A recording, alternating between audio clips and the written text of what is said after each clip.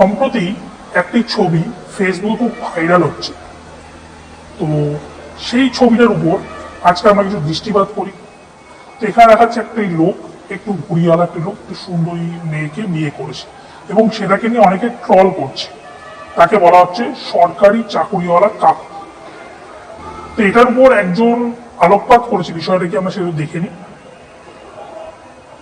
সরকারি চাকরিওয়ালা কাকু কিভাবে হতে হয় জানো ভাই?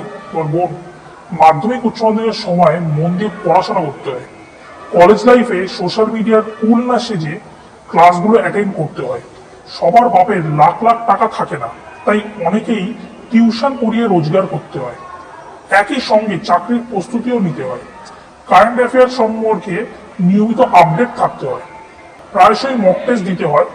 এরই মাঝে সংসার চালানোর দায়িত্ব নিতে হয় একটা সময়। একাধিকবার ব্যর্থতার সম্মুখীন হওয়ার পরেও হাল ছেড়ে দেওয়া যায় না। এত কিছুর পর ভাগ্য সহায় হলে সরকারি চাকরি পাওয়া যায়। ফেসবুকে বুড়িওয়ালা, গোফওয়ালা, টাকমাথা, সরকারি চাকরিওয়ালা কাকু টাইপের কথাবার্তা বলে মিম বানানোর চেয়ে ঢের গুণ হচ্ছে কঠিন কাজ হলো সরকারি চাকরি পাওয়া।